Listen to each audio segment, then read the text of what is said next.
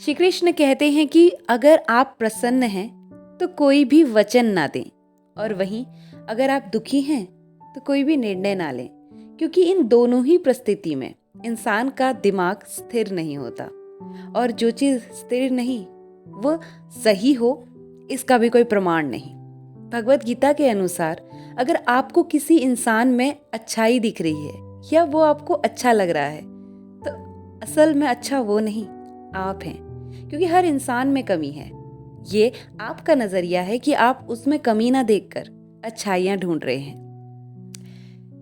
श्री कृष्ण ये भी कहते हैं कि अगर आप किसी के चेहरे पर मुस्कुराहट ला सकते हैं, कोई आपसे बात करके प्रसन्न होता है, तो इससे अच्छा कर्म कोई नहीं, क्योंकि अंधेरे में छाया, मृत्यु के बाद माया और बुढ़ापे में काया किसके पास रही है। इसीलिए आपके कर्म ही हैं जिनका लेखा जोखा ऊपर होने वाला है। कहते हैं हर किसी से कुंडली नहीं मिलती, और जो लोग बिन कुंडली के बहुत दूर तक साथ निभाते हैं वो दोस्त होते हैं। जैसे श्री कृष्ण के सुदामा। कौन कहता है कि स्पिरिचुअल लोगों को गुस्सा नहीं आता? ऐसा तो बिल्कुल भी नहीं है। स्पिरिचुअल होने का मतलब मौन होना तो नहीं है।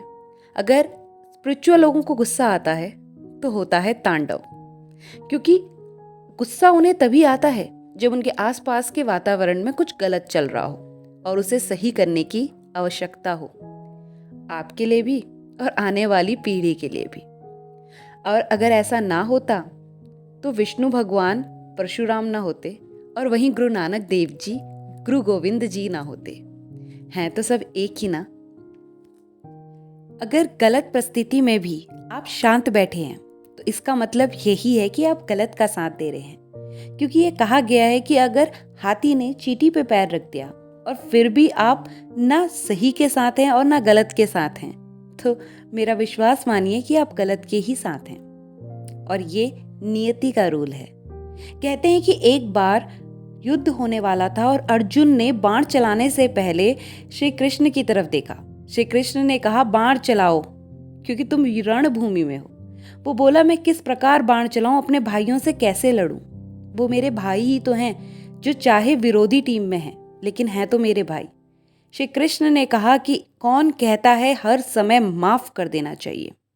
नहीं, मैं चाहूं तो अपने इस सुदर्शन चक्र से एक बार मैं इस पूरे युद्ध को खत्म कर सकता हूं, लेकिन उससे किसी को कोई भी संकेत या फिर ज्ञान नहीं मिलेगा। तुम इस चीज को करने के बाद एक ज्ञान की प्राप्ति करवाओगे उस पूरे संसार को जो आने वाला है, उस पूरी पीढ़ी को जो आगे आने वाली है, कि जब जब अधर्म होगा तब तक धर्म का मार्ग अपनाया जाएगा, फिर चाहे वो लड़ाई अपनों के ही साथ क्यों ना हो।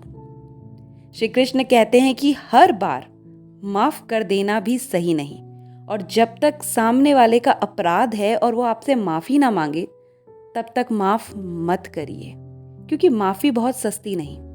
माफी का मोल है, और वो मोल है दूसरे का पश्चाताप। एक बार किसी ने माफी मांग ली, माफ कर देने का बड़प्पन दिखाना चाहिए, मगर हर बार उसको मूर्खता नहीं बनानी चाहिए। अशांत रहना ये भी गलत है, मगर हर बार मौन रहना वो भी गलत है।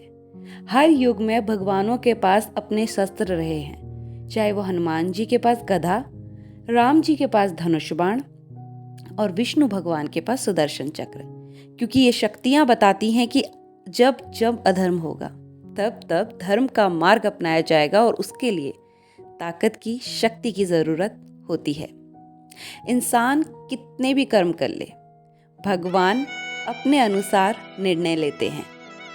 कहते हैं कि एक बार एक संत को बहुत ज्यादा खुद पे अभिमान था। वो कहते थे कि मैं हर समय पूजा पाठ करता हूँ और मुझसे बड़ा भक्त नारायण का कोई हो ही नहीं सकता। और वहीं उस गांव में एक मांस बेचने वाला भी हर समय नारायण नारायण बोलता था, लेकिन उनका कार्य कुछ इस प्रकार का था कि वो ये कह नहीं पाता था कि नारायण का मैं सबसे बड़ा भक्त हूँ। हुआ यूं कि एक बार वो मीट बेचने वाला रास्ते में जा रहा था तो उसे एक पत्थर मिला। पत्थर मायावी था। जितने तोले का वो मीट होता, पत्थर उतने ही तोले का हो जाता, तो उसे तोलने में आसानी होती। वो उसका इस्तेमाल करने लगा। एक दिन संत को पता लगा कि कुछ इसी प्रकार की चीज हमारे गांव में आई है, जिसे देखने के लिए लोग इधर उधर से आ रहे हैं। तो वो भी गए और कहने लगे, मूर्ख, तूने शिलाजी ले ली है, ये भगवान की है और मंदिर में होनी चाहिए। वो डर गया, माफी मांगी और वो पत्थर दे दिया। पत्थर ले जाकर संत ने मंदिर में रख दिया और पूजा अर्चना करनी शुरू कर दी। 2-4 दिन बाद उस संत को सपना आया। भगवान विष्णु ने साक्षात कहा कि जिस आदमी से तूने ये मुझे उठाया है, उसे वापस दे के आ जा। मुझे उसके विष्णु विष्णु बोलने में बहुत आनंद आता है। वो पूरे हृदय से विष्णु बोलता है, जबकि मस्तिष्क से दूसरा काम कर रहा होता है, जो काम मैंने निर्धारित किया है उसके लिए। और वो मुझे दिन भर झूले में झुलाता है। जाओ, मुझे उसे ही दे आओ। और अगले दिन संत उसके पास जाता है, पूरी कहानी बताता है और हाथ जोड़कर बोलता है कि मुझे तो आज पता चला कि विष्णु भगवान न धन के भूखे हैं और ना ही भक्ति के। भगवान भूखे हैं तो प्रेम के। इसीलिए जब भी आपके मन में इस तरह का विचार आए कि मेरा मन तो नहीं कर रहा पूजा करने का, लेकिन करूँगा तो क्या लगेगी, सार्थक होगी, तो बेझिझक बैठ जाइए। आपका एक राम नाम ही 108 मालाएं जपने के बराबर होगा। विश्वास कीजिए, विश्वास अंदर होना चाहिए। और वैसे भी खेत में जैसे भी बीज डालें, फसल तो उगती ही है। हाँ, ये ज़रूर है कि बीज अगर उल्टा पड़ा हो तो थोड़ी सी देर लग जाती है अंकुर फूटकर पौधा आने में। उतनी ही देर लगेगी, मगर फल ज़रूर मिलेगा। तो अगर मेरी बातों में कोई भी बातें अच्छी लगी हो तो वीडियो को लाइक, कमेंट एंड सब्सक्राइब करिए। जल्दी लौटूंगी एक अच्छी सी कहानी के साथ। तब तक अपना ख्याल रखिए। श्री कृष्णा, राधे राधे।